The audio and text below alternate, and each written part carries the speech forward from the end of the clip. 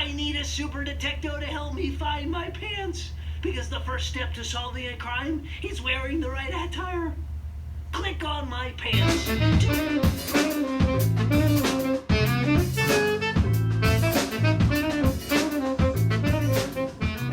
Hello, everyone. Hello. Hello. Hi. Zoinks. We're here to Zoinks. do Zinkies. what we do best. Zinkies. We're here to solve a mystery. Scoob. Oh no. What mystery is there to solve? Why they made this movie, dude?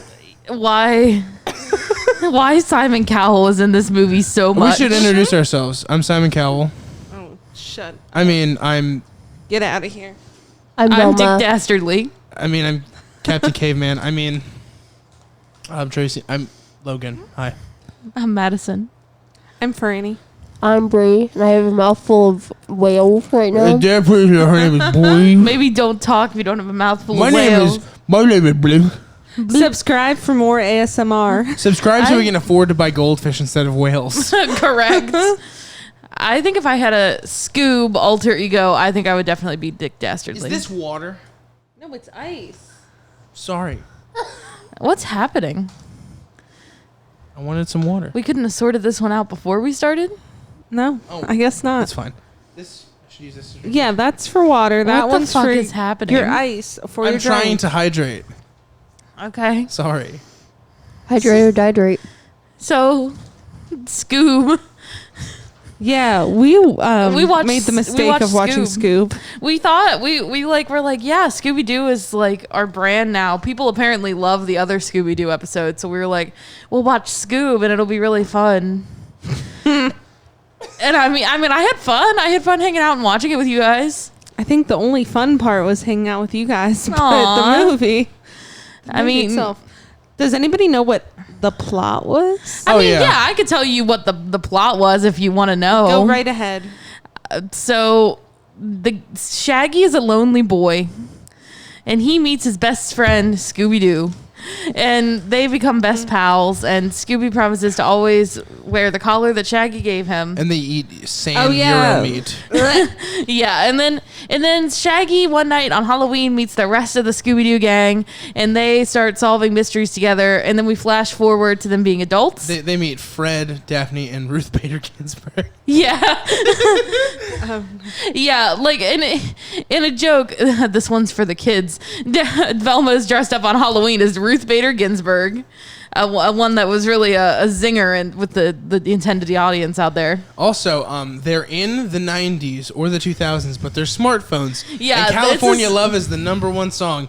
And there's 4K TVs. It's very... And he's listening to a podcast by with Ira Glass. So Yeah. in the opening scene of the movie, Shaggy is listening to like a podcast with he's Ira like- Glass. He's literally like a... When he's like a child, like he's meant to be like, he's I into would guess like 12. He's into NPR when he's 12. Right. But then yeah, we fast forward like 10 years and it's the exact same time period. It's very strange. Wait, you forgot the most important thing was the bastardized reimagining of the opening Scooby-Doo Where Are You Oh, theme song, yeah. that That was was the worst. upsetting. which had Madison screaming, "No! No! No!" Like literally like that. Yeah, I didn't like it at all. Well, and because they had a clever idea. They had a good thought about it, which was to recreate, like if you've ever seen Scooby-Doo, Where Are You? They had, what was that? Just don't worry about it. Oh, okay. The idea that they would recreate the original like opening theme to that. So like, you know, with the bats flying out and like Fred sitting at the desk and then the chair goes backwards and like all the running around and stuff. But it just wasn't good. And like I'll let Logan talk about this, but it was very indicative of what the issue of this like entire movie conceptually was, the fact that this sequence didn't work. But I don't want to steal it from you because I know this is like your thing. This is my big thing because I've had this opinion for a really long time. Animation studios, somewhere around right after The Princess and the Frog was made, have had a fear of making 2D animated feature films. It's stupid, and this movie would have been so much better if they would have made it the 2D animation, because the whole movie is shot like, not Scooby-Doo, Where Are You? But what's new Scooby-Doo? Not as good, but still shot as like a 2D animated film. Every aspect of the movie is 2D animated. There's the like the kind of Roadrunner, like off the side of buildings runs. There's And the like sort of cycling legs Yeah. that they Yeah. kind of do. and then the comic flourishes of like clinking noises and like that. yeah, and like fog was like whoop, all that stuff Right. is all throughout the film. But it doesn't come off natural. It comes off weird, like somebody like it comes off. If you ever seen Killer Bean on YouTube, you should watch it. It comes off like Killer Bean. It doesn't come off right. It's not. It's like somebody made a 3D animated film out of a 2D idea, exactly as it is. And like The whole movie would have been insanely better, especially considering they were paying tribute. The whole movie is not a Scooby-Doo movie, by the way. They're paying tribute to Hanna-Barbera characters. right. This is like a Hanna-Barbera like Power Hour starring Scooby-Doo.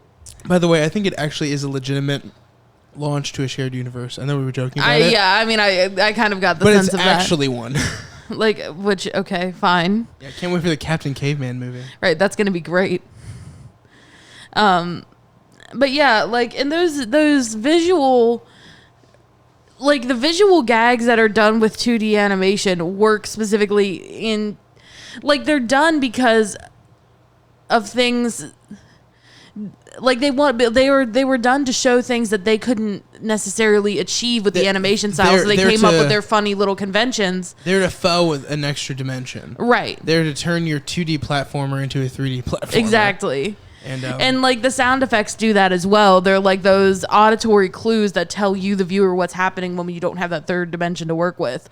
And so when you're doing it in 3 dimensions, it just doesn't make sense for those to be there. it's almost like you're watching a movie and it has its original audio, but a fan has made a 3D animated version of the film using the 2D audio. Yeah. Yeah. I mean, and you'll like if you've seen the Pokemon movie redone on Netflix, the 3D animation, it's worse than that because at least that movie was just like a quick let's put it on a Netflix thing. This film was meant to kickstart Scooby-Doo as a feature film franchise as well as all the Hanna-Barbera characters.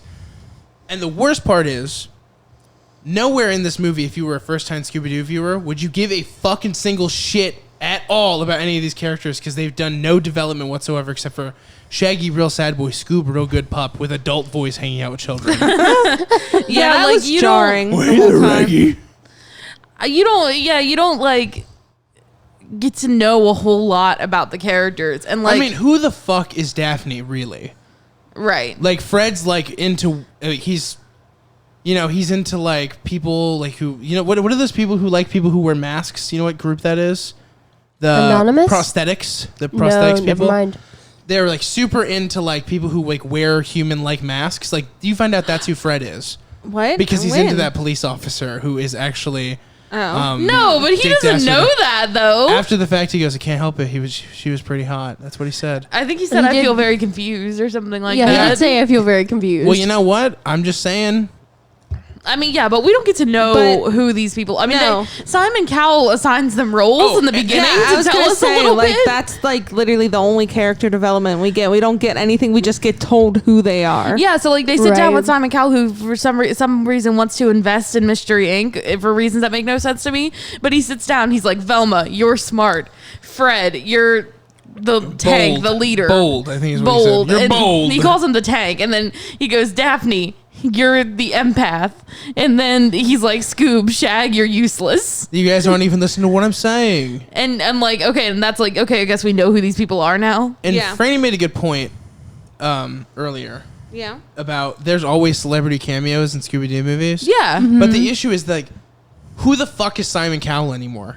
I feel Right. like a lot of the jokes in this weren't for the kids, which is sad because like this is a really bad entry to Scooby Doo. And like I don't know, I saw Simon Cowell in there, and my first reaction to that was, "What is this? The DVD special features of Shrek 2?" Yeah. Oh, and also Shrek Idol. Or what was it? No, is Neverland Never... Neverland, never gonna give you up, never Idol? gonna let you down. But I know at the time we were saying that they made Simon Cowell look very generous. They smoothed him out entirely. Yeah, He they went were through- the he screen. went The through screen multiple was steps of kind. Facetune. I mean, if Yeah, you've seen I mean, him it now, was he- it was like, if you know what Simon Cowell looks like now, like he's older, he's gone gray, he's wrinkly. This Simon Cowell very had agoric Botox. now. This He's is Which was also like a He looks like fucked up- Gary Busey in a little bit. Which now. was Like, also he's- Like kind of- now, yeah. He's very agoric now. Like he's not like a handsome dude anymore. And not that I he don't know ever if was like especially I mean, handsome or maybe to anything, some but people like, that tight V-neck with his man tits just like busting out. Yeah. Some ladies are into that. but yeah, they made Simon Cowell look beautiful in this movie. It also didn't and help then again, with the it's like, why timeline is Simon either. Cowell in this fucking movie? Right, like it just made it worse with the timeline too. Cause Yeah, like, 'cause maybe then it you was could like, okay. gauge like where it was by how old this famous celebrity was, but they made him look 10 Also, years he's ago. not that famous. Like if it would have made True. more like if it was like okay, who's somebody who's popular on one of these shows now, like Nick Cannon or Terry Crews, that would have made sense to me. Where it's like, I'm with this talent agency, we're gonna start you guys. Like, who the fuck is Simon Cowell anymore? Right. He doesn't do anything. Like He's it not would've- even a person. It could have maybe helped because again, like you don't know when this movie is taking place at all. Oh, and that could have been. But like if he showed up and they were like, Zoink, Simon Cowell, I haven't seen you since American Idol 10 years ago. but they didn't say anything. But they didn't say anything like that. They were like, oh Yeah. my God, you're Simon Cowell. But then they sang But A then they Star start Is singing, Fucking fucking Born. Shallow. And I'm like, they had to pay for the rights. They didn't. It's all Warner Brothers. Oh, is it? Okay, Yeah. never mind then. I'm sorry. Same thing with California Love. They got that from Warner Brothers Studios as well. Dun, dun, dun, Yeah, dun. and so it's like, why is Simon Cowell here? Why is Simon Cowell featured so? Like, why is Simon Cowell the kickstart, like the catalyst of all of the action that comes to occur in this movie? It's like, why? Like this is more egregious than the gourmet ghost film with Emerald. Like they did a role with Emerald, and that was Yeah. less egregious because at least he was fucking relevant when that shit came out. Yeah, and I like mean, who's like, Simon Cowell? Like, get and so I mean, annoyed yeah, with like that. you said, like Scooby Doo has these like cameos and they're really fun. Like, but they also like place the movie. Like when you watch Scooby Doo Fantasy Mystery Island, whatever it is, Spooky Island. The Brave and the Bold, they have Batman, you know, like or Yeah, and I mean, like in the most recent one, you know, fucking Sugar Ray is there, and like, why is Sugar Ray here? But also, it places the movie in a period of time. there's Yeah. one with Kevin Smith. Just want to throw that out there. So you know, Is there? I didn't know I that. didn't know there'll that. be connector. It had to do with like a haunted theme park. That's And cool. they were like carnies essentially. Nice. I Yeah. love that. But yeah, so the theme song was like super upsetting to me. That was just not well done. Yeah, like it who was- was that? Halsey? Like what the fuck was that even? Like what the right. hell was that? Especially because I have like such a fondness for Scooby Doo. Where are you? Like that was my shit. Everybody loves that show Yeah. for good reason. You know, it's the reason why it beat out. Because Hanna-Barbera cartoons are all the same. It's all a Yeah. group of teens. And then some sort and of then zany some sort of- anthropomorphic yeah. something. Yeah, there's a helping them. caveman, a talking buggy, a ghost, a Wasn't shark. there a shark? Yeah. A shark, yeah. I like the buggy though, because the buggy like wasn't a likable dude. He was like a total like Millhouse. He was like, I fucking hate rolling around in the sand. Meh. So that was my favorite. But the reason why Scooby Doo stands out is because it's like the perfect formula. All these characters work really well together, and they're like very, very bleak and not very developed stereotypes. But at the same time, Yeah, I mean they have very like specific roles to play in this movie. they were all Or like, in the series, and it's like there was the cool kids, and then there was Scooby and Shaggy. right. what this film and that's was. like that's not what Scooby Doo is. Like Not at these, all. like these are not the cool kids. Like No. No. these teens in their van who have nothing better to do on the weekends than solve mysteries and roll up at haunted places. Mm-hmm. These are not Mr. Popular. The like fucking new van that they showed at the end. oh, I know that thing was ugly as sin. And then speaking of the end, I'll say this too. Not only do they expect us to fully fall in line with who Scooby, Shaggy, Velma, Daphne, and Fred are, now they want you to Right. accept Dino Mutt, Blue Falcon, all these other characters, and just to accept that like these are fun characters that exist. Like they don't give us anything to attach onto. Ironically enough, Blue Falcon has the biggest arc in this movie. yeah, I was gonna say like Blue Yeah. Falcon is the most developed character in the Scooby Doo movie, And I hate him. I hate him as a character. I don't like the character at all. And I like why did this Scooby Doo movie need that Blue Falcon plot? It I mean, I know didn't. why this specific story needed it, but like I don't know. Why did we need this to be the first reintroduction to Scooby Doo in a cinema since 2? Since Monsters Yeah. Unleashed. This is the first time a Scooby film has gone to a cinema since then. It Right. felt very cash grabby too, with like those little like robot alien things. Like, Yeah, they we were pushing looking those at these so little hard. robot aliens. We were like, oh my god, those are going to be the minions if this movie has anything to They say were about pushing it. them so hard too, like They trying really to get were. that And And push. the design, Essentially, now maybe I'm being a little too picky, but the design feels kind of ripped off of Gurr from Invader Zim. I'm just being Ooh, real. good point. A little You're bit. right. Yeah. It just feels very ripped off. But you know, like can't speak on that. But I mean, it's not super and original something idea. we kept saying too was like, where is the mystery? What yeah, mystery are all we just kept solving? yelling that. Like, where's the fucking mystery in this movie? And it's something that really is disappointing about this movie is, you know, it takes Scooby-Doo. The idea is that it's taking Scooby-Doo into the modern age, but then like there's none of that fun like let's split up and look for clues, gang, No, because Velma just Googles it. And they that just literally is what happens in the movie. and Velma they just literally- Googles the shit. They didn't split up to Right. looking for clues. They split up because they all had gotten into a big fucking fight again. Listen, Scooby-Doo filmmakers, it's time to have this discussion. Not every fucking movie you make about Scooby-Doo needs to be Shaggy and Scooby feeling inadequate while the rest of the team does something else. Right, we've already done had with that. Scooby-Doo 2002 And it Scooby-Doo Monsters Unleashed and this film. I don't remember Monsters Unleashed that well. Is that what happens? The whole... I won't go into too much because I just saw it recently. And we're gonna do it at some The point. idea is that Right. they come to the conclusion, well, we always mess things up because we're screw-ups, Raggy. And he's yeah. like, I know what you're saying, Scoob. We're going to solve this mystery on our own.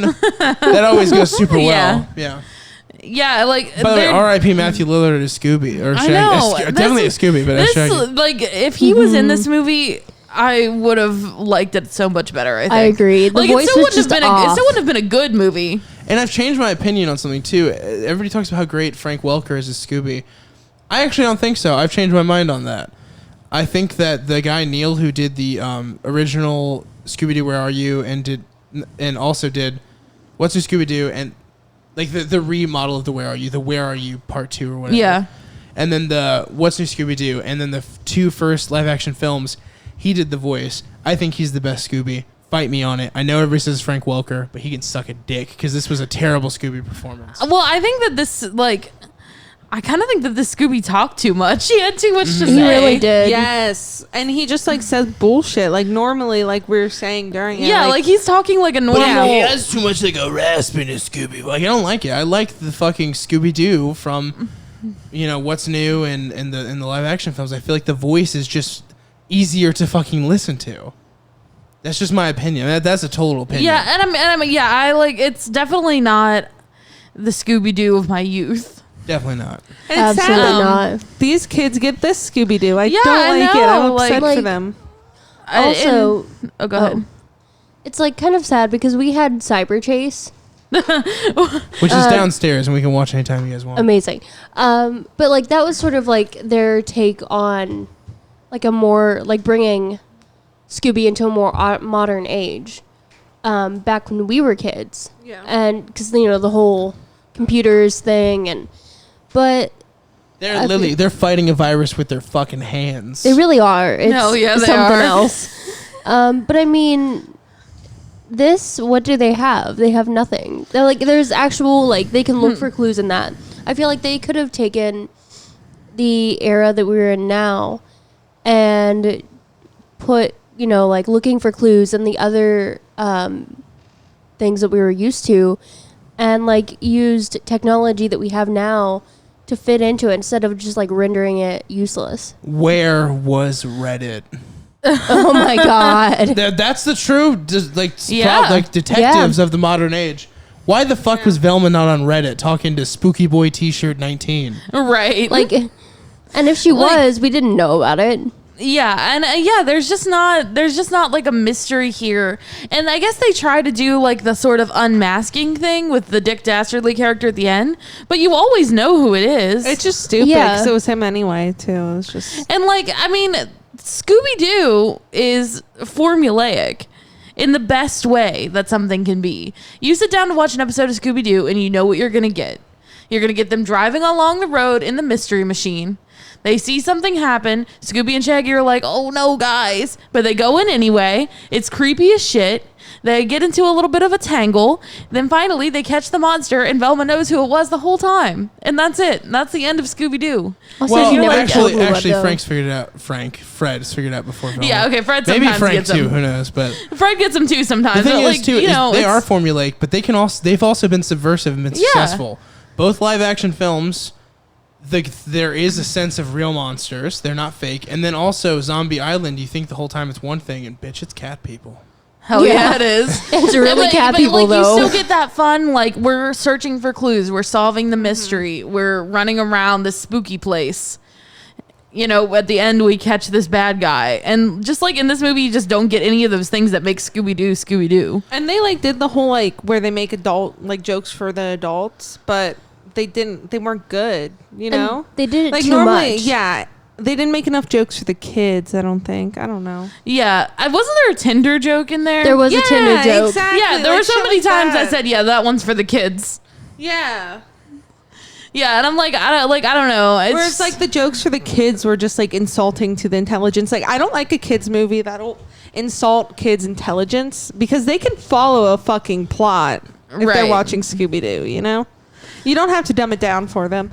But I don't think anybody can follow this plot that well. It was so I chaotic. mean, like, what happened is clear, but, like, why did any of it happen? yeah, exactly. It was Yeah. just kind of pointless. There wasn't a good And payoff. why was it such a fucking bore? Like so fucking Yeah. Like there was so like there should even though the pacing was like a marathon, it was still boring Like, for as hell. everything that was Yeah, it really happening, was. I didn't care about any of it. no. Yeah.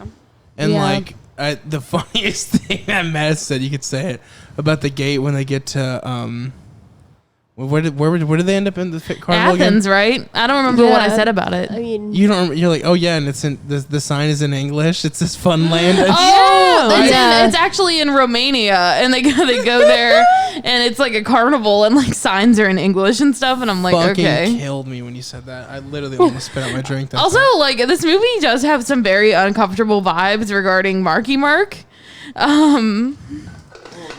He's like real racist. I don't know if you guys knew this, but he's like really well, racist. okay, let's hold on. It's true. Very horrible things have Yes. happened, but we have to be careful about what we say because we don't know anything he's done in recent years. If he's and if he's apologized for those things, I'm not saying it I absolves don't think he him. has apologized for those things. I think he might have. We don't know for sure. That's the point. Just the allegations. Well, We can regardless. say this: his performance was fucking trash. That's all that really matters. I mean, Yeah. he's been convicted of a hate crime, so Yeah. that is on the record. That is legal fact. yeah, that's fact. Yeah. And so it's just very uncomfortable to watch this Marky Mark Blue Falcon be highly dismissive of the far more intelligent than him black woman on his staff. Yeah. It's Yeah. really like, it's like, because I read an article about all the stuff that he's done Yeah. right before watching this movie, and, And so in the whole this time you're just year sitting of there like 2020 during ew. everything. It's like not, it's not comfortable at all.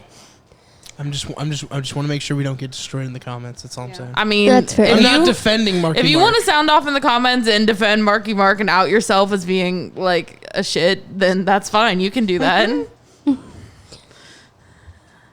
There was no cop propaganda. No, no, I mean, thank God for that. Yeah. Oh, you want to? You can't say Okay, there's there pro- is one thing that did annoy me about the cop character in this movie is that he pronounced it gyro. Yeah. Oh It's my God. gyro. Yeah, they definitely I didn't think that was a paint the joke, cops though. well. I think that was a joke. It wasn't funny. Well, I'm just saying it was the joke in the film, though. It was not good. I agree. It would be funny if Scooby turned around and be like, "Well, actually, it's gyro." Or actually, Raggy just told me zero. But like That was actually funny. That didn't happen. So No, there's and then the parlor scene in the bowling alley would have been funnier if they had done Yeah. it better. Everything had like, ooh, we Yeah. almost know what Scooby Doo is, and then we just fuck it up every time. Yeah. Yeah, like it was almost super Scooby Doo and like super like I also almost like the scene where they're trying to convince the robots that they're just like the staff. at the bowling At the alley, bowling and it's alley. like funny because that's like a very classically Scooby Doo gag. Like, Yeah. But then Oh, the little vacuum head one. Made Oh, me so yeah. sad the whole time. I wanted to cry whenever I, know. looked at I this it. feel movie like that was- emotionally manipulates They were you. like- they're and like, yeah. it's shameless. they're like, we're gonna have ourselves a little Olaf here. Here you go. Right. Yeah. And then like in the beginning of He this was movie, sneezing. like it does so much to show you like Shaggy is lonely. Shaggy has no friends. Shaggy is sad. He just listens doesn't to have Ira friends. Glass. Shaggy is you. He talks to Oh my God. he fucking talks to sand sculptures. Like I told my mom and dad I was hanging out with my friends build sand sculptures. Like, that's so fucking sad. Yeah, and it like does it so shamelessly. Like, And I hate there's no real work into making you care about Yeah. Shaggy and his like friendlessness and why he becomes friends with Scooby Doo. It's just like he is sad. He is sad. This is a child and he's sad. And like, what kind of heartless monster are you if you don't go like, "Aw," Also, when you see a sad child? His parents were so like, yeah, have a dog. They're like, he's not gonna kill himself, thank God. Like, Right, they were God. like, dude, he brought home a dog. There was not even a discussion. They're like, that's your dog. Yes, please. Now, fucking take the pills out of your room. God. Sharp objects. Also, like, yeah, I mean, because presumably he goes to the beach in the summer, I would assume. Yeah. And he doesn't meet the gang until Halloween. Well, he had Scoob till then. I get that. Yeah, but that's not a friend. Dwight is my best friend, so back the fuck Yeah, but up. that's not the same as a real human friend. Sure it is. I mean, Scooby can talk. I guess He but talks too still, much. It's just Yeah, not. It's not just the normal dog. full-grown adult. And yeah, he says like way too much to say. some beer? I don't like that. Like in Don't care for that at all.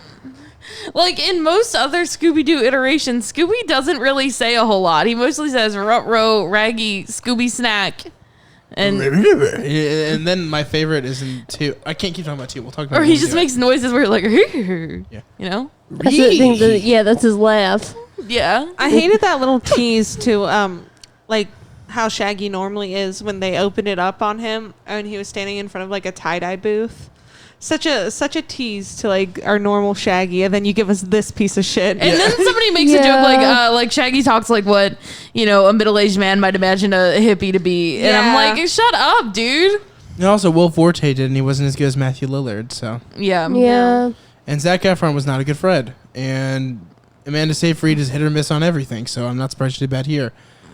And then I don't know who did I don't Velma. know who did Velma. This was not her I best think it was the mystery chick from show. the Power Rangers, but I don't know for sure. The Yellow Ranger. But I don't know for sure. Wasn't good. And Yeah, they're also making a live action Scooby-Doo, right? A TV show a TV show. on the CW.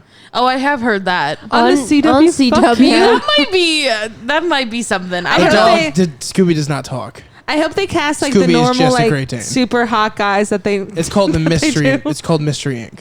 Why does Scooby not talk? Because it's the CW and Scooby can't fuck any teenage girls, and all of them need to be able to fuck teenage each others. I Yeah, guess, they but I need still they need think- plenty of sex scenes, Yeah. teen sex scenes. I Yeah, and still what think- Scoob's just gonna be like, oh, Reggie, you need to leave a sock on the door.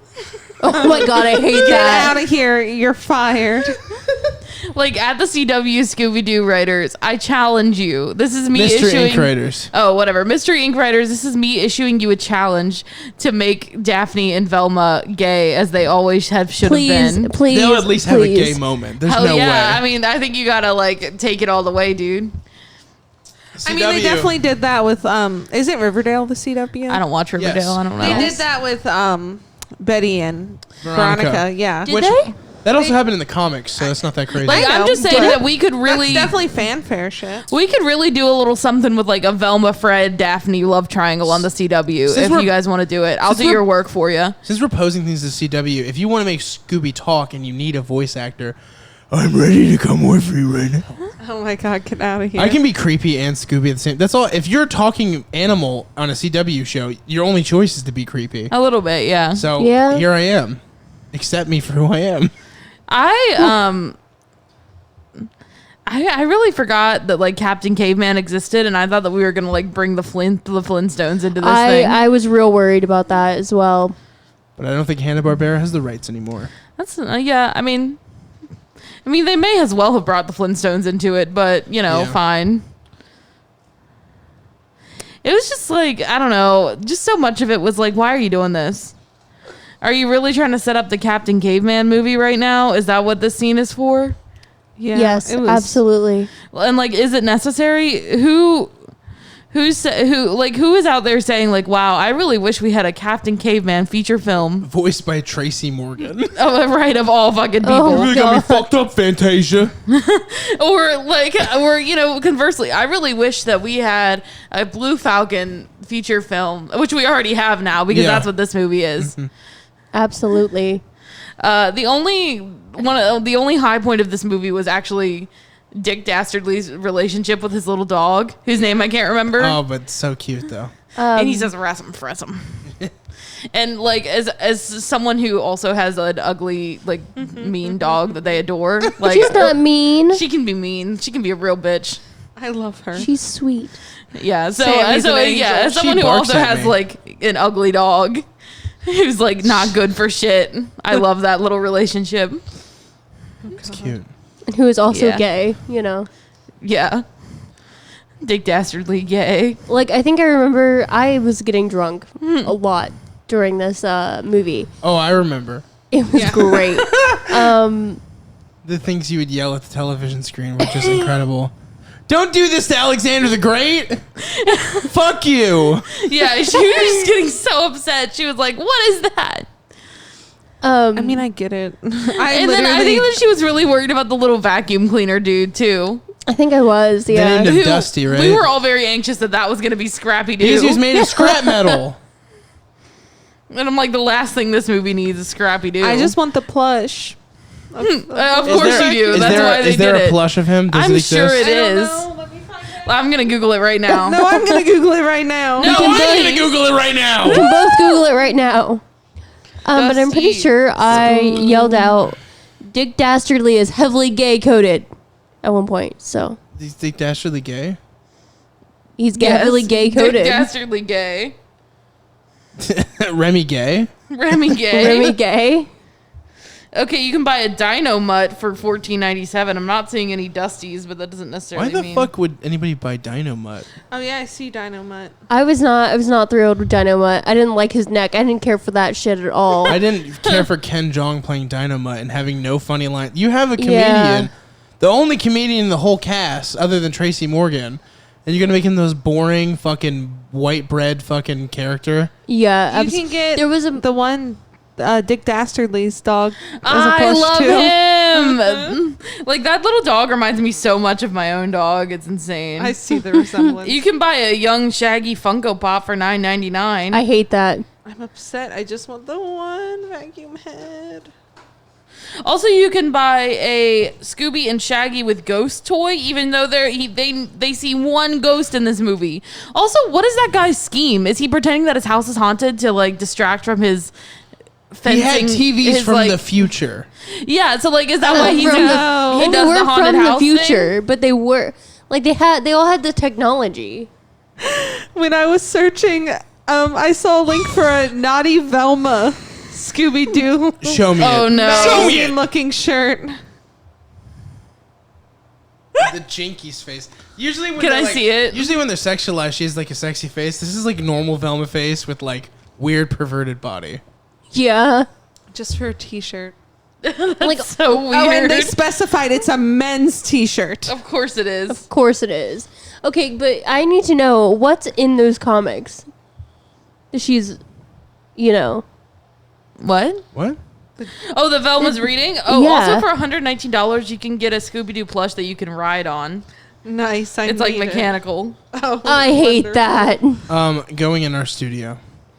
Uh, And also, I want a cardboard cutout of Matthew Lillard as Shaggy. In the Yeah. studio. yes. For $5.75, you can get Scooby-Doo meets Batman on DVD, which is great. It is good. Is it the Brave and Bold or is it just the normal meets Batman? It's just normal meets Batman. Brave and the Bold one's good too, with Diedrich Bader. We're done talking about this movie, aren't we? Yeah, I think we're good. And we're Yeah. now like looking on Walmart.com to see what. I just also wanted to say that I took notes while I watched this. Oh, I let's want to hear hear this. them. Oh, so did I. So one of the notes says Franny leaving, going, no need to pause this. Like she went to go do something. And they're like, do you want to pause it? And she's like, no need to pause it. She just kept going. I thought that was fucking Yeah. hilarious. I did not feel it was necessary. And then there was one thing I remember reading.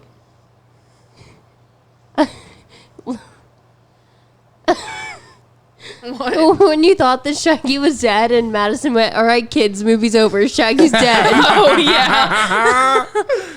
Oh, that's so good. My and favorite then was when I was just I was drinking orange waters, and every single time something would upset me, I'd throw the empty bottle at the television screen. Yeah. I don't remember that at all. Well, that happened.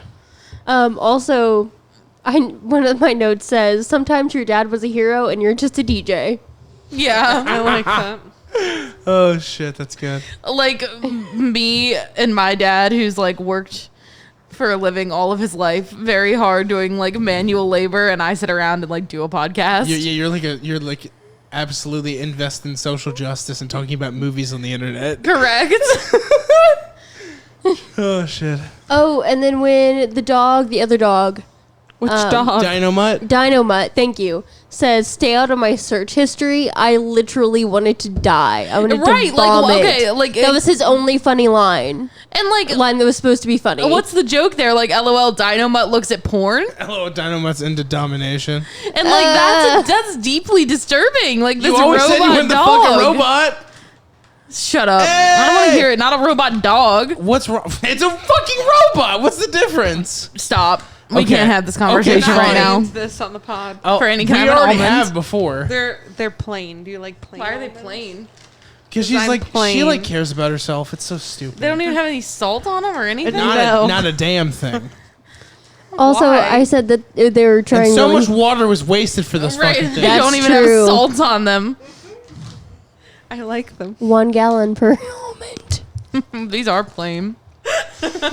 Say, I sure love the silly putty Kinda- you fed me, Kind of tastes like you're eating cardboard at times. and yet here you are still going. It really needs some salt, Because you're like, I'd rather eat this than whales. for real. That's sad. It's sad.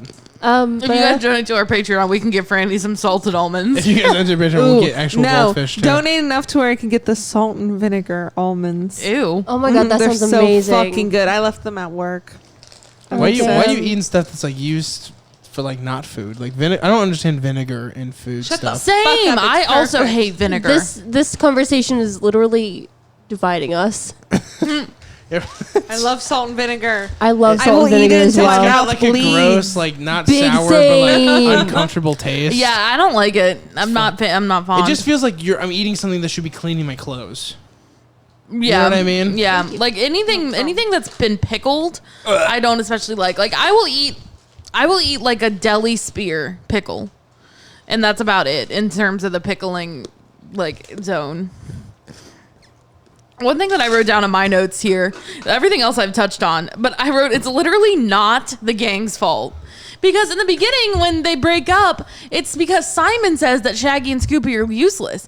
And Shaggy's like, well, we won't be here if we're not wanted. And the rest of the gang is like, no, guys. Like, we need Shaggy and Scooby. But was that actually Dick Dastardly the whole time? See, I don't know. The movie leaves us so many questions. This movie, this is But the regardless, like, Vanilla it's... Sky Part 2. But Like, regardless, like, it's not the rest of the Scooby gang's fault, but then the movie goes on to imply that it is, because like when Scooby and Shaggy go missing, the lady that they're talking to is like, yeah, they were like upset about something that happened with their friends, and I bet their friends just feel so guilty right now. Why should they? Yeah.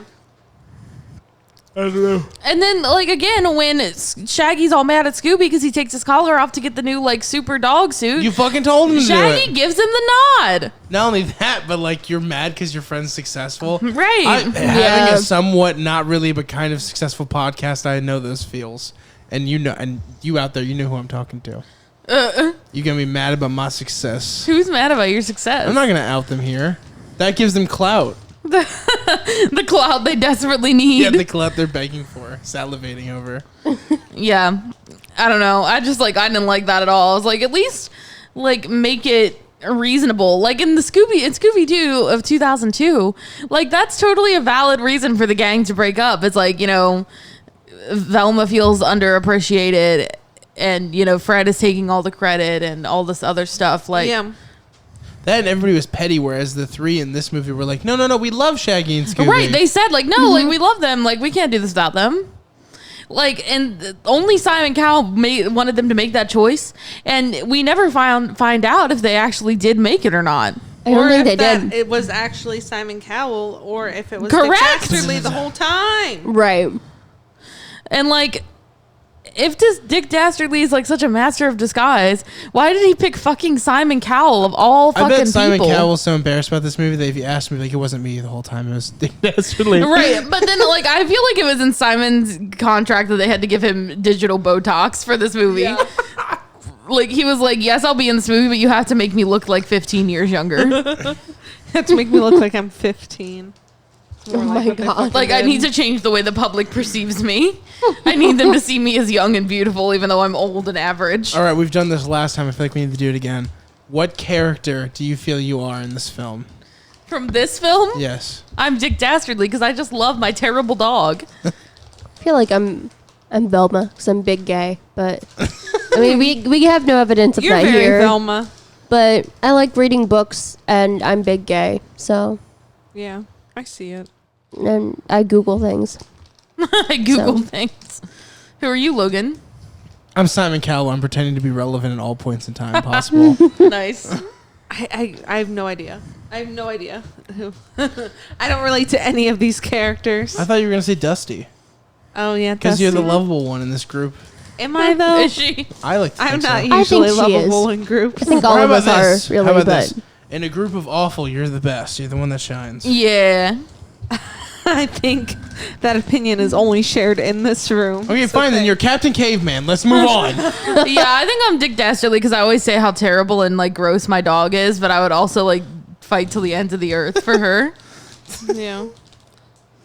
She's You, gross. you and Dwight are Shaggy and Scooby, Logan. Or dog Dwight. That's pretty accurate. Yeah.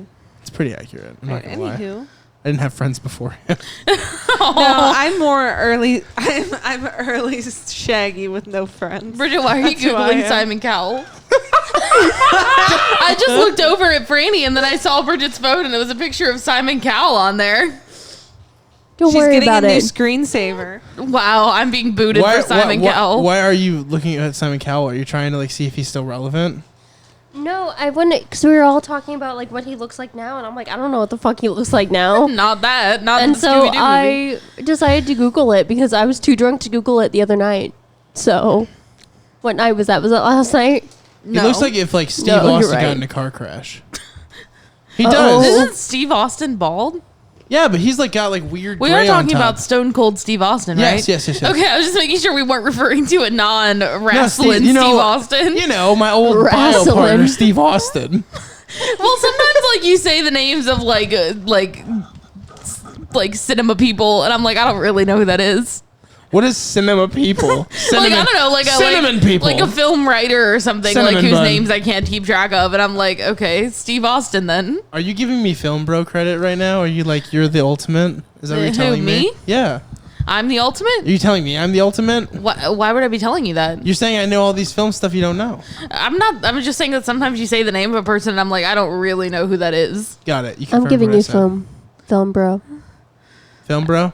Yeah, I'm But giving whatever, you I film want bro to rights. take the term back for us. Yeah, but I mean, like, I mean I that think in it a can be positive left way. behind. Thank you. But no, I was just trying to make clear that we were talking about Stone Cold Steve Austin. Yeah. Okay. Anyway, let's move on from that. I feel like Let's- we stuck on I that mean, too I long. think we can just move on from Scoob in general. I think we've beat it into the ground. Let's I rate Yeah. think it. I'm gonna like erase it from my mind Yeah, after this. let's rate I'm gonna it. erase Let's the rate notes this. and Let's my do mind. this. I give. I can. Oh, go ahead. Oh, a 2.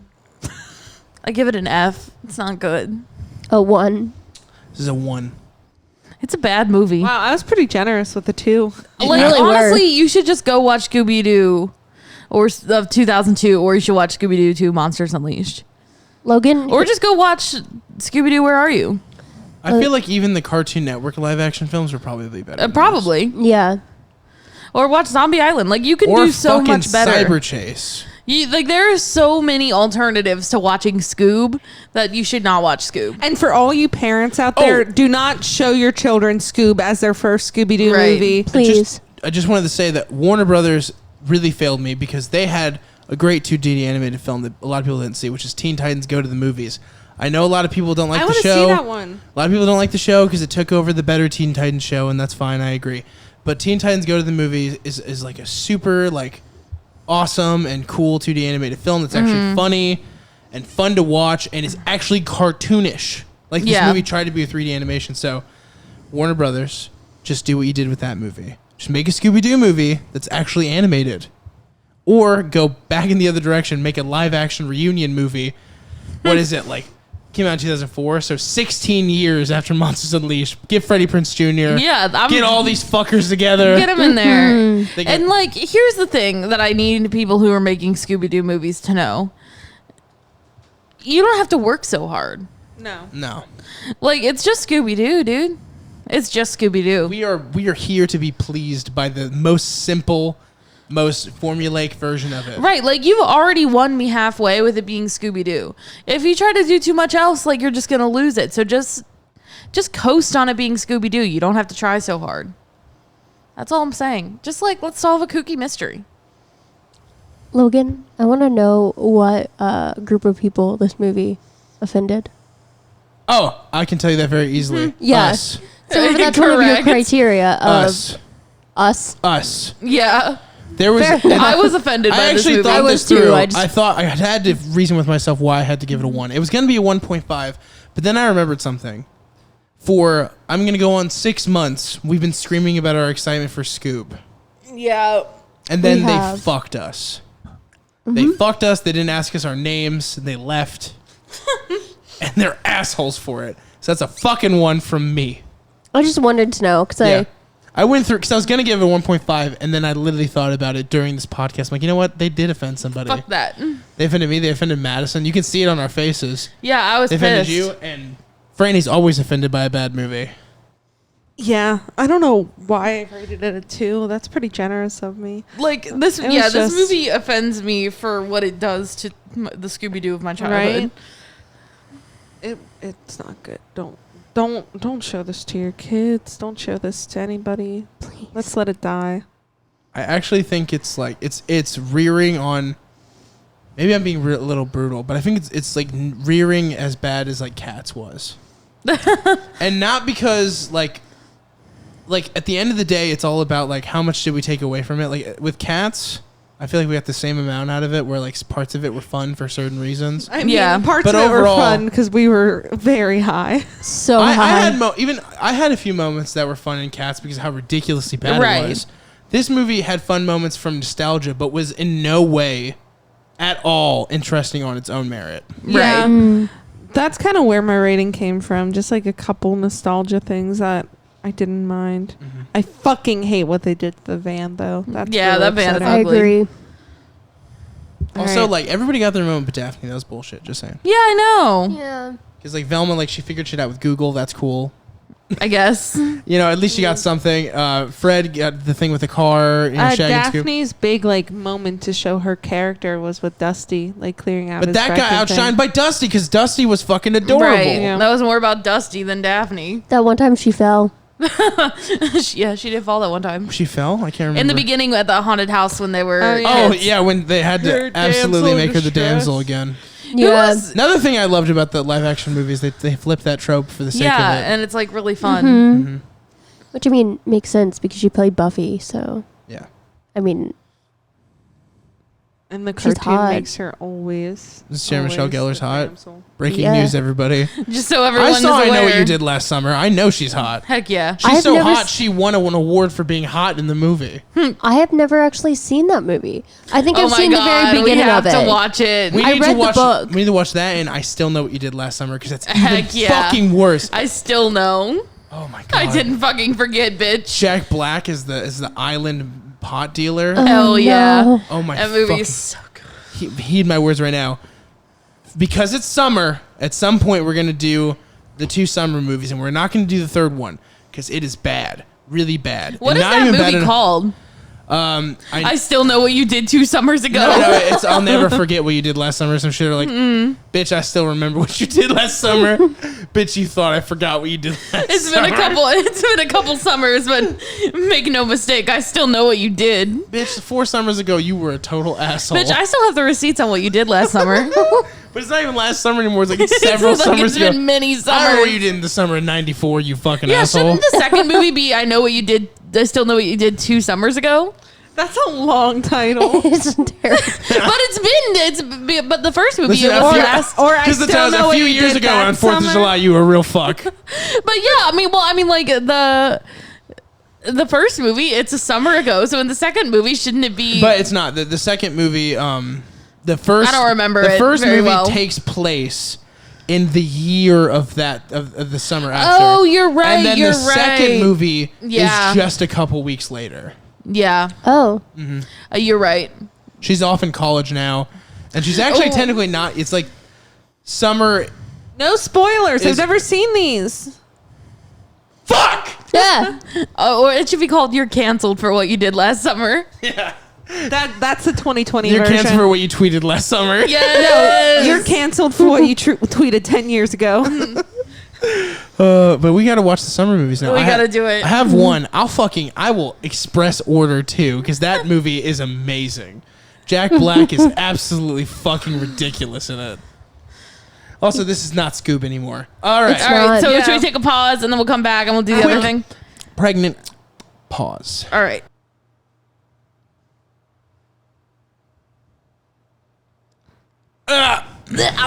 Hey, we're Yeah. The pause unpaused. was successfully Pregnantly pregnant. unpaused. Wait. Whatever. You're pregnant? What? This is Logan's Franny, announcement. you're gonna be a father. I'm gonna be a dad. It's gonna be a Babe, drummer. tell them how we're gonna announce if we're. Oh, if I one was of us is joking about this pregnant. with Bridget the other day. Like, I can't wait for one of us to get pregnant so we can come up to our friends and be like, guess what, guys? We're gonna be MILFs. I love it. That's absolutely ridiculous. my Anyway, God. Heck yeah. And then we also joked about The kid has to like call me MILF instead of mom. Yes. wow, that's And then- aggressive. and No, so it was that's like not happening. it's not happening. Okay, But they good. go to school and they're like, oh, what do you call your parents? And they're like, mom and And MILF. MILF. And then and Yes. the The teacher calls CPS and it's a whole thing. they're I just like it. yeah, CBS. I've got a case here. Mother, I love for real. Mother, I love for real. Does she not realize that it'd be Murph, or Miffer? Miffer. Miffer? If you make Mother, I love for For real. real, one Yeah, word. For real. But for real's For not real. one word. Yes, I it feel is. like If it- you write it F O. Wow, I love how I'm arguing against my own statement here. I feel like it's a slang way of saying for real. Like, Like, For for real. real. For real. For real. Mother, I love forever. Oh. yeah, that's cute. So it's Not gonna mother, be- I'd like to fuck because that's awful. No. Anyway, Red State, Kevin Smith, biggest fan in the room, right here. Biggest fan of Kevin Smith on the planet, He guaranteed. called it. you beautiful. I went to his live show. He called me beautiful, and I still talk about it, even though he's so insignificant to him. So It might be insignificant. significant to him. There's You don't no, know. There's no fucking way. You don't know what Right. moments are significant to other people. They're not significant to him. That's okay. He's got plenty of other significant. Kevin, if you're moments. listening, Reach out. tell Logan how significant it was to you. There's no way he's gonna be listening. He could be listening. You don't know.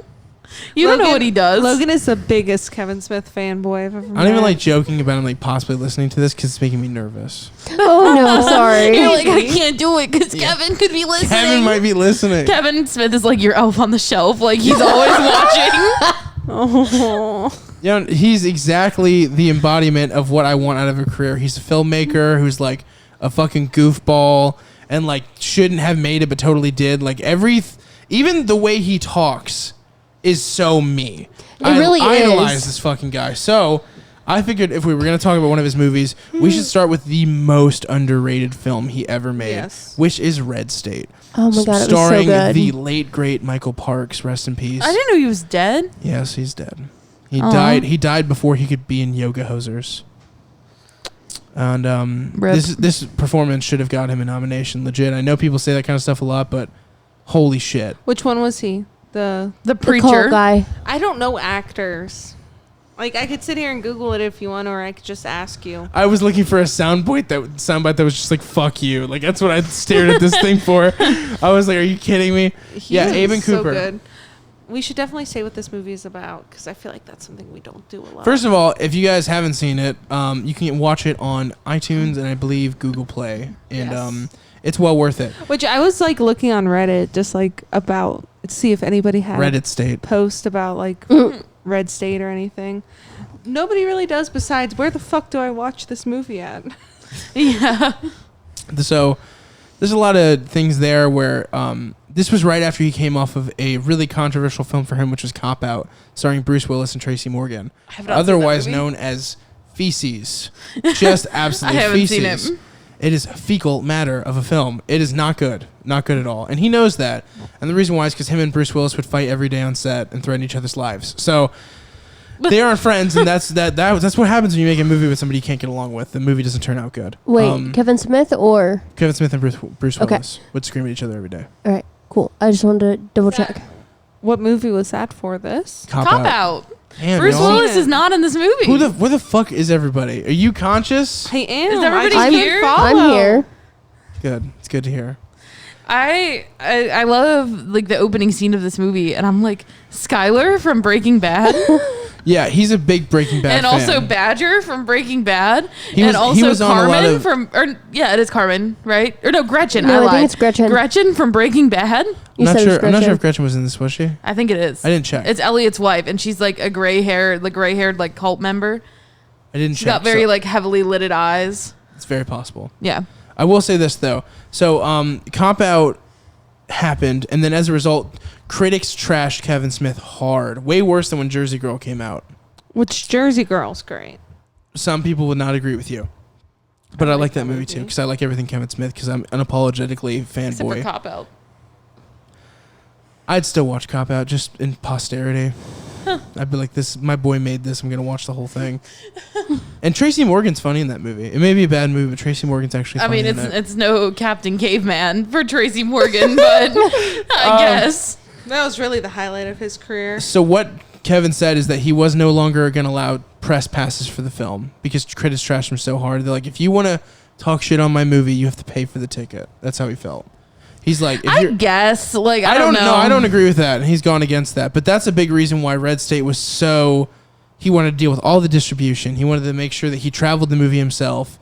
He did his own promotion by having a podcast about where he talks to all the Red State characters in character as Kevin Smith. Oh, that's Huh. cool. He did a stand-up special called Kevin Smith Burn in Hell. He did all of his own promotion for the film. And the worst part about that is that if he wouldn't have done that, I feel like this movie could have gotten some sort of acclaim. Yeah. It's his best feature in a lot of ways. Like, maybe not from a Kevin Smith fanboy perspective, because, like, Jay and Silent Bob's Strike Back's clearly the best. But, no, but, or Clerks. But this movie is the most, as narrow and niche as it has the most wide appeal because it's just great artistically. Yeah. Yeah, I mean, I didn't really know a whole lot about this movie before we watched it. Like, I've heard of it. Like, I knew that it existed. But, yeah, and I feel like probably, yeah, if he hadn't been so sticking to his guns about doing it all himself, it probably would have gotten a little better. And the origin of the movie is really interesting, too, because Kevin was actually going to quit making films because Zack and Miri didn't do well in theaters, and Cop Out obviously was terribly critically, like, got trashed for that movie. So he was actually going to quit filmmaking. And then this guy, documentary director who he's friends with named Malcolm Ingram, made a great documentary called Small Town Gay Bar, and I recommend you watch it. It's really fucking good. It's just about being, like, out and gay in, like, really, really suburban, tiny, empty towns and dealing with, like, the kind of prejudice that you deal with in those regards. Yeah. And in the documentary, he interviewed Fred Phelps, I believe it is, the guy who runs Westboro Baptist. I believe that's his name. He interviewed his son, Yikes. and he tells this story after the fact in the documentary about, like, I was hearing him talk all this hate, but I just couldn't stop looking at his luscious penis, and I just wanted to reach over the table and just have sex with him. And so Kevin thought that was so funny that he watched the documentary for that scene, and then he watched the scene and was, like, so disgusted by what the guy was actually saying. And then he dug deep because he had some stuff from Dogma, people like the Catholic Church, like, writing against him.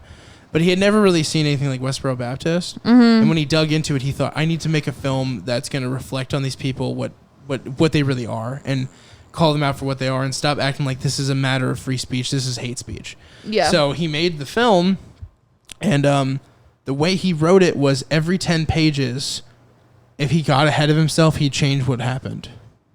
So that's why this film, when you're watching it, it just goes in like 50,000 different directions. Yeah. Yeah. And that's what makes it really unique, in my opinion. And then he was going to make Michael Parks, who he saw in From Dusk Till Dawn, as the sheriff, in case you guys have ever seen that movie before. I love From Dusk Till Dawn. Me too. I would love to do because we're doing Tarantino things. Yeah. I would love to do a little Tarantino bonus that it's like random Tarantino projects that he's been in and Dude from Dusk Till Dawn because I Dusk Till love Dawn, that yeah. movie. And my boy Harvey Keitel is there. Yeah. And we love to see him. Do you remember the sheriff character from it, the one Yeah, with the big yeah. speech? That's Michael Parks. Yeah, I know. And this movie is kind of like a shining like example of how talented he is. Michael Parks almost played professional baseball, but he quit because he was making more money working on cars. Professional, like Major League Baseball. Yeah. Then he got into good enough shape where he almost ran in the Olympics. What a man. He had a chart-topping music career as a producer, and then he was in films like, like From Dusk Till Dawn. He is in Django. He plays one of the Australian slavers. Yeah, what a man. He's really like What a life. incredible character actor. And his last big film that he did was Tusk, which is a different movie we'll talk about some other time. To Franny's dismay. Yeah. No, But, I'm boycotting our podcast if we do Tusk. Michael Parks is such a powerful performer that he said he was only going to do the movie if he could do it in his image. And Kevin's like, well, what does that mean? He's like, I'm just going to do it my way. And he's like, Kevin was like, I don't care. I fucking love you from Dusk Till Dawn. And I wrote this movie like with you in mind. So since you're doing it, you can do whatever the fuck you want. Tarantino actually linked them up. And all three of them in the same room watched Clerks together to convince Parks to do the movie. That's a fun story. Yeah. Robert Rodriguez was there too. I love that man so much. Me too. Like, I am the biggest Robert Rodriguez fan for like no reason. I mean, I have reasons because I think his work is good, but Fun like, fact, Tarantino was going to play Caleb and then conflicts happened. So they had to make it Ralph Garman. The guy who doesn't say anything, the dude who runs downstairs and shoots Billy Ray. That was supposed to be Tarantino originally. And it was going to be. I think I would have hated that. And I would have taken this movie down a grade. Really? Yeah. Well, anyway, so Michael Parks goes, "Oh, I'm just gonna, do it my way," and he doesn't really know what that means. So Michael Parks with all the other characters gets sent to the store for their costumes, and Kevin writes, "Oh, put him in a tracksuit like Fred Phelps," and Michael Parks says no, and he picks out all his own clothes. I love that. And he's like, "But you're not playing. You just have to wear a tracksuit. That's my only requirement." And Michael goes, "No, I'm not going to do that. I'm not going to do that at all." He's like, and then he would say things like really like kind of like jamming at you, like this is one of your first features, kid. Let me do it myself, like just to really like slap back at him. And also, almost entirely all the music that Michael Parks' character sings in this, the giant the sermon, almost all of it's improvised by Michael Parks. Wow. That's what a man. impressive. An incredible actor. And the only reason he didn't get Oscar contention when people were like talking about putting him up for awards was because of the thing with Kevin Smith. Yeah, So that's why Kevin Smith very openly is like, that was the wrong thing for me to do, because he deserved the award for sure. Yeah. I get it. Like, you make decisions. Yeah. It was an interesting time. He had been really successful in everything he put out. All of his stoner friends loved. And then he makes 2 films and they just totally That flop. aren't that, yeah. Yeah. That's unfortunate because this was a really good movie. And the rest of the cast is amazing. Got Oscar winner Melissa Leo, Kyle Gallner. You might know him from Jennifer's Body or Haunting in Connecticut, or what's some other stuff that guy's been in? He's been in a lot. Skylar from Breaking Bad. Bad. John Goodman, Roseanne's husband. Shut up. That's what Bridget said when she saw John Goodman on the screen. She was like, wait, that's Roseanne's husband. And then we had to tell Bridget that Roseanne was racist. Yeah. It was a whole thing. Yeah. It's a whole thing. It's a whole thing. We don't want to I eat those said almonds that's no Sully more. from Monsters Inc., but fine. Like, I said that's John fucking Goodman, the icon. Fucking John Goodman. and then I looked at his filmography and I was like, Jesus fucking Christ, this man's been in a lot of things. Yeah, Argo for one. Because Which he's John Goodman. fun fact about Argo, all the casting that Ben Affleck did after the initial casting that was done was all based on Kevin Smith's picks. So Bryan Cranston being in Argo, that was Kevin Smith told Ben Affleck to do that. Bryan John Cranston? Goodman. Yep, John Goodman. I love him. And Michael Parks. All the people, like most of the people that are in Argo are based on Kevin Smith's recommendation off of this movie. So obviously, yet again, big Breaking Bad fan. He's like, put Bryan Cranston in your movie. But the John Goodman and Melissa Leo and Michael Parks additions to Argo is also what makes it really great. But then I want to say this thing too. And then I promise I'll let you guys talk. The other great thing about this film is that it showed, even though maybe it wasn't the best thing to go out and do everything all indie.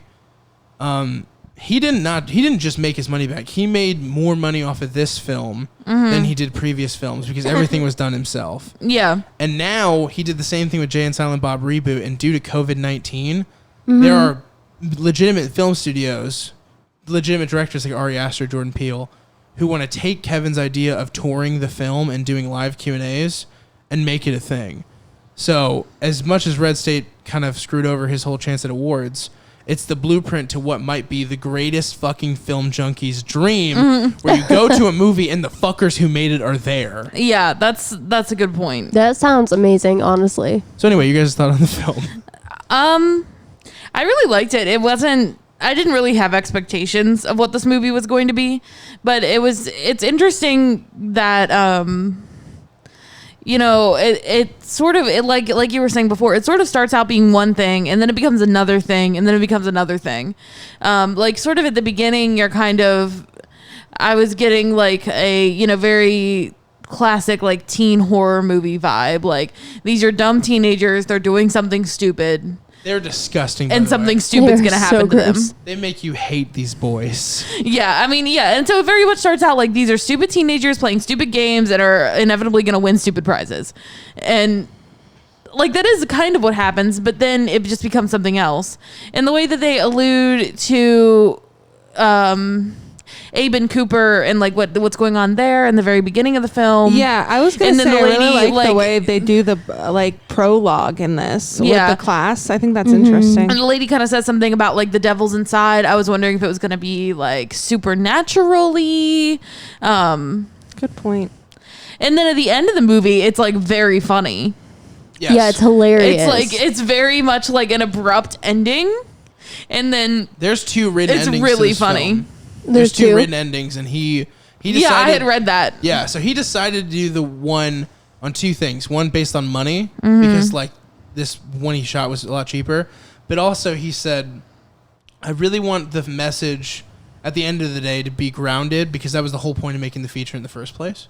Right. So to Right. do the ending he wanted to do, which was the apocalypse actually happens, the 4 horsemen ride across the sky, kill all the 5 pointers, and then shush John Goodman, the movie ends. I'm very glad he didn't do that. No. Yeah, as much like fun as that might have been. It would have taken the movies kind of, I'd say like there's like a realness to it. I mean, I get that it's insane. And it would have like there is a belittled the realness. message a little bit too. Definitely. Yeah. But at the same time, I argue that the angels were going to kill the 5 pointers and call them like Yeah, like no, I mean, yeah. charlatans. So they weren't going to say like the 5 pointers were right and they're going to heaven. They'd come and kill the 5 pointers and then shush John Goodman like, it's cool, don't worry about it. Right. But yeah, and then the ending is a very funny scene where John Goodman is talking to his superiors about what went down. Really well Right? written. Yeah, and it was just, it's such a great scene where he's like, they basically tell John Goodman that the survivors of everything that happened, the people that he essentially let survive, are going to be in jail for the rest of their lives, and they'll never see trial, and they'll never see, any of this. And whatever your feelings are about that, put them aside. But but John Goodman asks, so if that was what you could have done all along, then why did you have me kill all these people? And they're like, 'cause fuck those guys. Yeah. And you're like, yeah. 'Cause fuck those people. Exactly. Or yeah, that's literally what he said. He's like, 'cause fuck those people. Yeah. except for the children. I like how candid it came I mean, off they too. essentially are domestic terrorists. Essentially, Yeah, they really have are. a bunch of guns. And they're- that is kind of the message he was trying to draw. And then what's crazy is that the real Phelps family heard about this film. And they went and they picketed him. They put out ads against him. They called him, he's now known as the Fag Enabler, which is like a great title. I wish I had a title like that. And then they actually came to the premiere. They gave him a Red States Fags sign, which is what it said, and they all signed it. And then they were going to leave, and he invited them in. And the only one who stayed through the whole film, because they obviously hated it, and they said it was too dirty, was Megan Phelps. And then he and his wife and one other person, this psychologist, actually pulled her out of the Westboro Baptist Church themselves.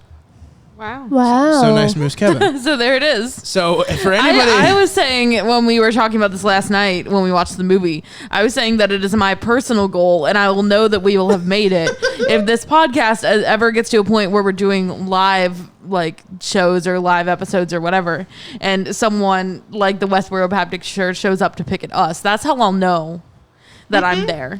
If you could If give we us all a good get- name, If we all get labeled cross-cunt as fags, that'd be good. fags. I like cross-cunt fags. That's good. Or something like that, you know, That's good. But something nice and offensive. That's my goal personally in this life.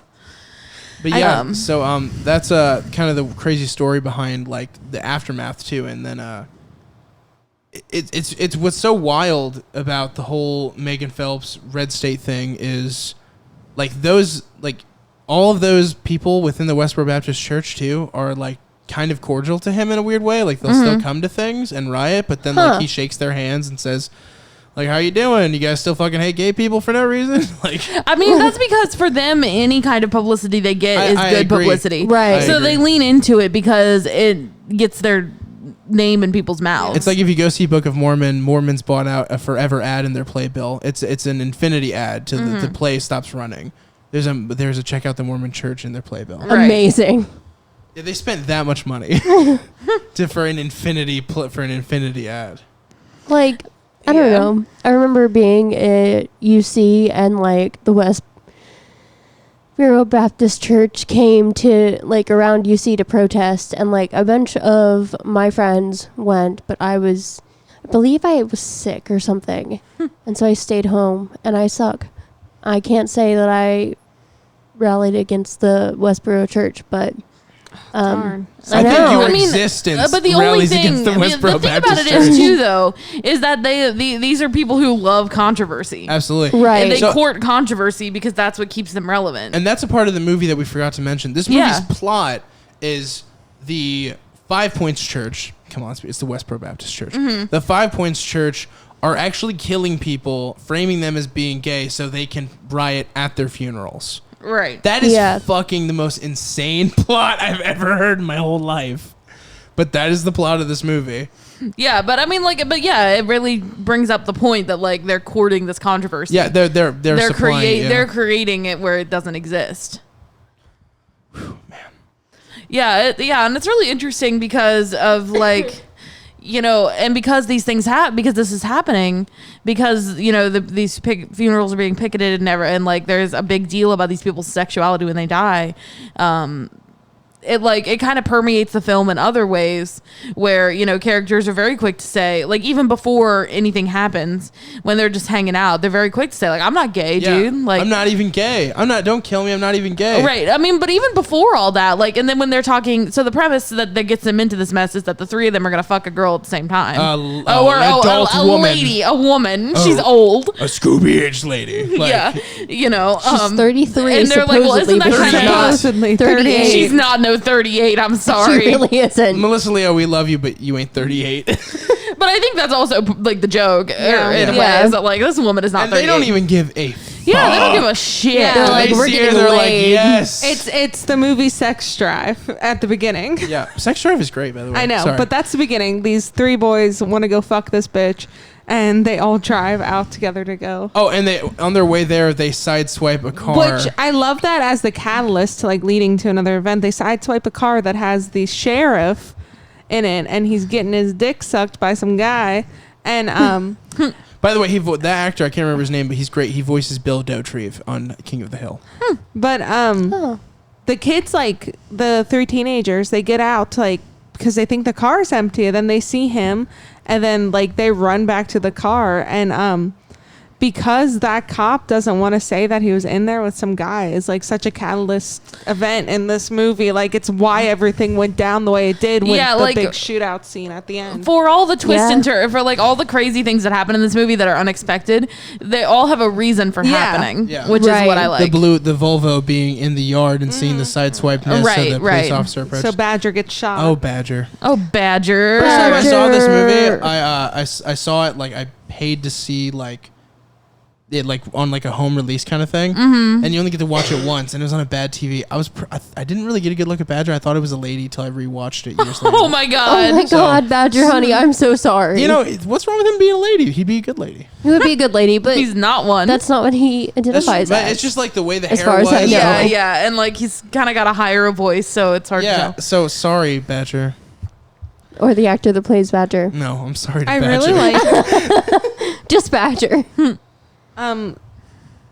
Roseanne's husband, that guy. John fucking Goodman. God damn it. John Goodman, I really baby. like when the way they do a lot of the exposition in this, which I know I've already said, but I like how they do it with John Goodman when he's on the phone with like that sheriff, and you just hear John Goodman's side, and like you get a lot of the story of like who 5 Points is and like all the shit they've done, and like you find out about like all the guns and everything. Like, Yeah. I mean, we already saw them, but you find out like the story behind it and stuff. It's just kind of a cool way to do it. And it's cool that like the sheriff is so afraid Yeah. that he makes it an ATF thing so he can like separate himself. Like West Point, the 5 Points people don't know that I sent the ATF because they were already getting investigated by Right. the ATF. So they're not going to think that I did this.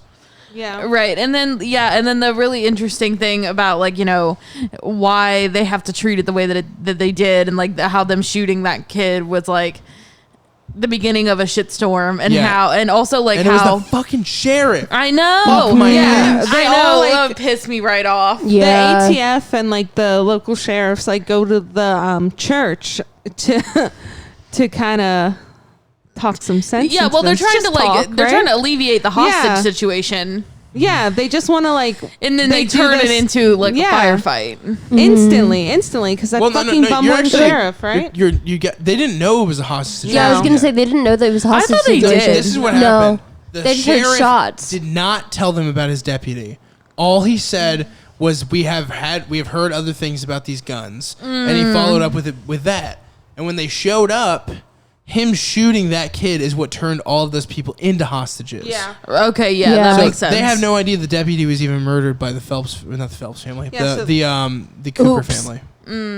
Freudian. Let's be fucking real. Right. I might as well call that fucker Fred Phelps. That's who he is. But like, yeah. So, and it's interesting too how considerate this movie is of like the political situation that would surround something like this, and like how Waco is like at the forefront of John Goodman's mind 24/7. Yeah. And how when he gets that order from his superiors to like treat this as a hostile like terrorist Terrorist cell threat and to kill everyone and to kill- inside. yeah, he's like, I'm gonna need this in writing. Like, I'm gonna need more than just your word. Right. Right. And then there's something to say about the absence of morality in a way of all these characters. Like, Yeah. granted, there are people who care in the movie, but every single character has a reason for you to fucking hate them. Yeah. Even John Goodman, Yeah. because at the end of the day, he chose his career over what could be children, babies. Right. And he gave the okay to like kill all those people. Yeah, just like Yeah. it shows when they kill that Cheyenne girl who's just trying to get the kids out.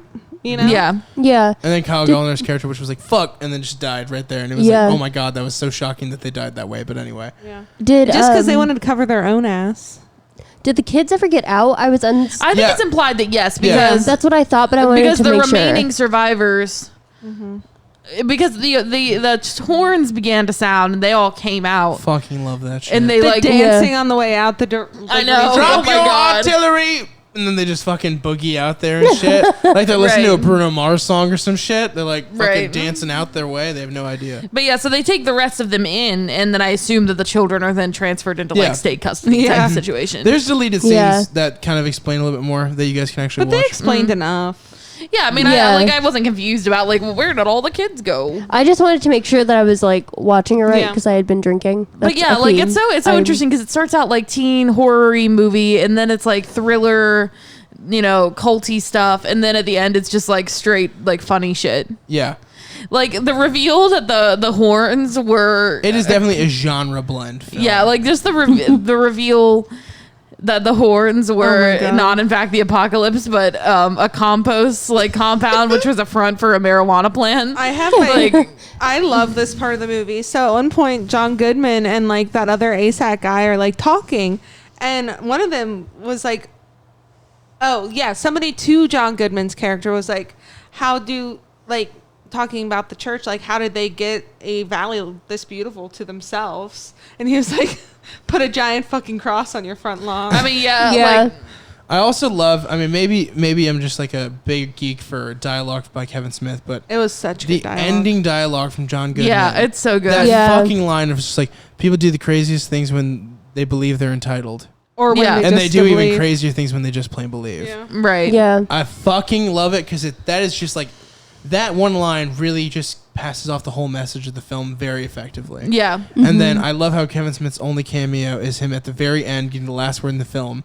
yelling for this fucking bigot to shut the fuck up. Right. Great. Fantastic. Absolutely adored that.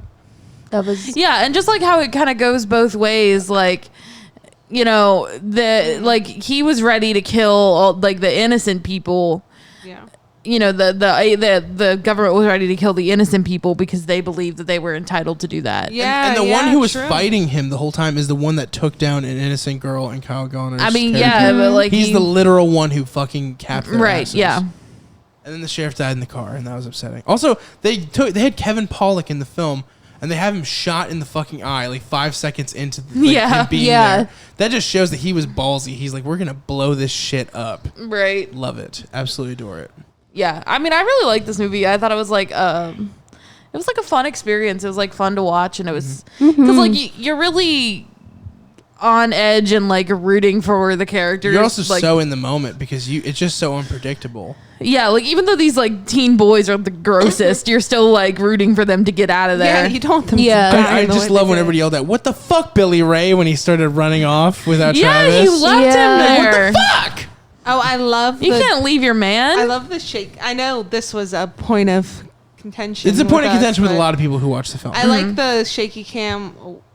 Then it switches to like a front cam that almost looks like they're holding it, and then back to the back shaky cam. I think it's the most artistic you can do with a shaky cam, and I feel like it was really well done. But if you don't like the style, it's going to jar you just as well as it did in all the Taken movies and stuff like that. Yeah. yeah, I don't care for it at all. I enjoyed it. I but dislike a shaky camera. I think that technology has progressed far enough that the camera can be stable. I think that it's I more... find it distracting more than anything. It's more about setting a mood for me. I think that it effectively, it's like anything like lighting or music. I think the position and the use of the camera, just like an Upgrade or in other films that use the camera kind of creatively, Yeah. a shaky cam can be really effective to make something feel gritty and real. Because when you're running around a building and you're fucking running and hauling ass and you're not really like, you know, like you are that shaky and that disoriented. Especially yeah, if you're but running I around in don't. socks and boxers. I mean, yeah, but like I just don't care for it. I tend to find it jarring and like distracting more than I find it interesting. And I think that there are ways that are more visually pleasing to show that sort of urgency that don't include. What do you think that. about the rest of the helming of the film, though? The rest of the what? The rest of the camera work of the film. In general, I like it. I think that there were some. I don't know. This probably isn't like really camera specific, but there's some like cuts that I thought were made weirdly. Like just like I know exactly which one you're thinking. Can I guess? yeah. I mean, Is it the ending scene when they're scrolling, when they're going upward and they have the aerial shot and it freezes on them for a second? when he's going upward? So right before the courtroom scene, when Parks is yelling, "Shoot me! Shoot me!" Yeah. and then right before he headbutts him, it actually has a freeze frame and then clicks over to the courtroom scene because he's like because John Goodman's character's like drifting off. Some people don't like that shot because they just feel like it's kind of not that specifically, but there are just some times when I don't know, it almost feels like the camera sort of like swings around and does a really quick cut at the same time, and I just find it weird. Like I can't think of a specific instance, but there are just some times where I found the way that the film was cut and sometimes the way that the camera would move. See, you would hate like The Raid, like the action film The Raid. 'Cause Yeah, I haven't seen it. It lives and breathes in that style of like the quick editing and like the shakiness and all that stuff. And like sometimes I like quick cuts, but I like them in like a certain way, I think. And yeah, and I like the camera work to be smooth. I don't like when things are going up and down and shaking around. I just don't find it necessary. And I think that there are better ways to like get that sense of urgency that don't involve the camera vibrating. Like I just don't like it. It's just not for me. So everybody individually, what do you think the biggest asset, like the biggest impressive or enjoyable thing about this movie was? I'm really into cults. And I thought that was really interesting. And also, as a gay person, I understand the message and really like it. I liked Michael Parks's character I and his agree. acting. Yeah. I think that without him, this movie wouldn't be nearly Absolutely as good. not. Yeah, it would Right. not. Same thing with Tusk. I Without like, Michael Parks. He's the one that makes it. I like Michael Parks' like sermon. I like the character development of him at first when you see like the sermon and like the dancing and everything. And like I just think that part is really strong in this movie. I think one thing that Oh, and again, I know I sound like a broken record, but I fucking hate when a movie just like shoves like prologue like down your throat, like exposition, prologue, whatever.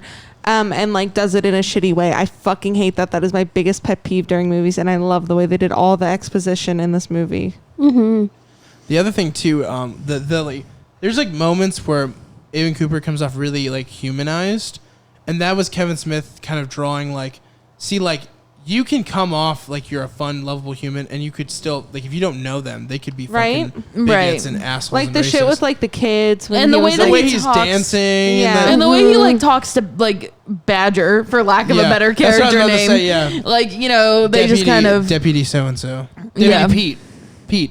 Pete. His name's Pete. Pete. Like Skinny Pete. Like Skinny. Yes, it's a shared What? universe. Okay, listen, here's my theory here. Yeah, I'm ready. Oh God. Okay, so after the events of Breaking Bad, Badger said, "No more." I mean, you'd have to watch El Camino to make Listen. that statement. Listen, me not having seen El Camino, Badger said, "No more," and left. And he went and became a deputy and got married. And this is like 5 years after they were married, obviously. And he changed his name and he took his old friend's name, Pete. Yes. Took his old friend's name. No, Pete died some way, and then he stole Pete's identity, and then to move on. Why would he steal Pete's identity, Because Pete though? was too skinny, and it got to him. Oh, and but like you could actually make this argument for like, okay, post Breaking Bad, Skyler moves to this like nowheresville town and like marries some dude And has a new set of kids. Yeah, and like Flynn is in college or something. Yeah. So Well, also, Where's Holly, though? let's just point out the Fuck fact Holly. that She's Fuck not Holly. there. Fuck that Travis bitch. does look related to Flynn. He does. He looks like he could be related. Hoo-hoo. So maybe. I think it's a shared universe. And Maybe Skylar had a different husband that she Yeah. didn't tell Walt about, and then went back to him after all this. And was like, Travis, I'm sorry for being gone for so long. I'm going to be a mom and drive you to school. I know you're 44, but you're going to go to high school again. Right? I know. or maybe when Skylar was going out all that time because she was pissed at Walt, she was coming to see her other family. We're cracking it Yes. open tonight, boys. Oh, shit. God. Oh Lord.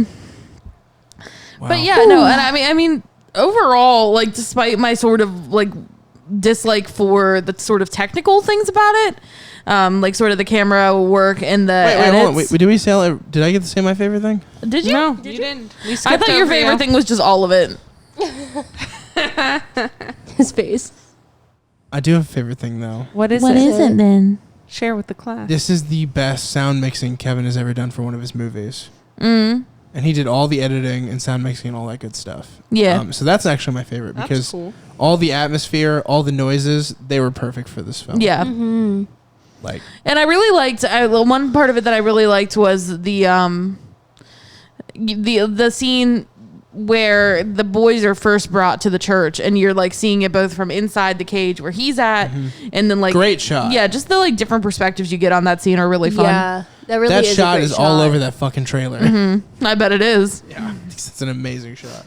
And yeah, just like the pacing of this movie is really good too. It doesn't really drag in any parts or anything like that. I think the sermon sometimes can, but it's only if you've already seen it. Because the sermon is insanely interesting. Yeah, it's really because interesting you're to learning listen who to. Eamon is in that moment. I Yeah. wish there was subtitles. I also wish there were Big subtitles. same. I'm sorry. Maybe it's on iTunes or it was on iTunes and Google. Maybe that version has Yeah. subtitles. If not, maybe somebody needs to get out there, put subtitles on it themselves. Put that on the Yeah. internet. Right. But then again, I don't want them to steal from Kevin. But it's fine. Don't want them to steal from Kevin. I don't. Kevin. It's Kevin. Kevin. Don't make fun of. All right. Okay. I see how it is. I'm just fucking You with can be you. a big old fan of Tarantino, but I like one filmmaker who's actually a good person, unlike Tarantino. Oh, Gonna come at me. Look. Listen. All right. I was just being silly. I'm sorry. He made one of the best LGBT films of all time. You're damn right. Do you know which movie I'm talking about? Who, Kevin Smith? Yeah. I assume you're fucking talking about Jay and Silent Bob in general. Well, that's true, and he did. There is confirmation on that, but actually that Jay is bi and Bob is gay, and they are together. I mean, we've been new. Like you didn't have to tell But me, actually, Kevin. I was talking about Chasing Amy. So I don't think I've actually seen Chasing that's Amy. an incredible It's such movie. a good one. Parts of it you're gonna be like, this is not good at all, and then it comes back around being good. So it's a really good movie. For perspective's sake of like how a straight male understands gay people. Because his brother, he found out not only was he dating a girl who was like sexually promiscuous in the past, Kevin at the time when he wrote that movie. Yeah. But he also had a brother who had come out to him at the same time, so he made the film. It's really good. Anyway, sorry. So, should we do our ratings? Yes. Let's do it. I'll go first. Do it. 9 out of 10. Hell yeah. I'll go second. 10 out of 10. I fucking love this movie. Even better on the second watch. You guys already know my Go, you go then. This is a fucking 10 out of 10. I give it a B. I'll take that. I thought it was pretty good. There were a lot You of didn't things. like the shaky cam stuff, so that probably dropped it down quite a bit. I mean, there for were you. just like technical things that I wasn't super into that the movie did, and like that's fine. It's just my own aesthetic preferences, I guess. Yeah. But yeah, I liked it. I thought it was good. Fantastic. All right, Okay, so that's an episode of a podcast right wait, there. I just realized something. What? What? Let's pause real fast, and I mean it. Okay, hold on. Bye. Okay, so And we're back. back! We just had a little team meeting and we made a decision. And we decided that we were going to do next week the last summer film. So we're going to do I Know What You Did Last Summer and I Still Know What You Did Last Summer. And we're pretty sure we were talking about doing these movies earlier and we're like 70% sure we were recording No, when we were 'cause we were talking talking about I about don't it. think we were. I think we were I'm because we pretty were sure talking we were. about Might Sarah add Michelle that- Gellar and how hot she was. You're right. We were So- recording.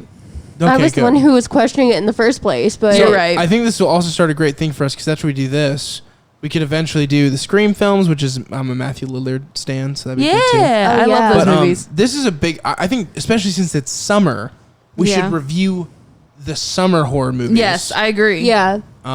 So we're gonna just do both in one big old horror pod. What if Yeah, we it'll be did? fun. What if we did?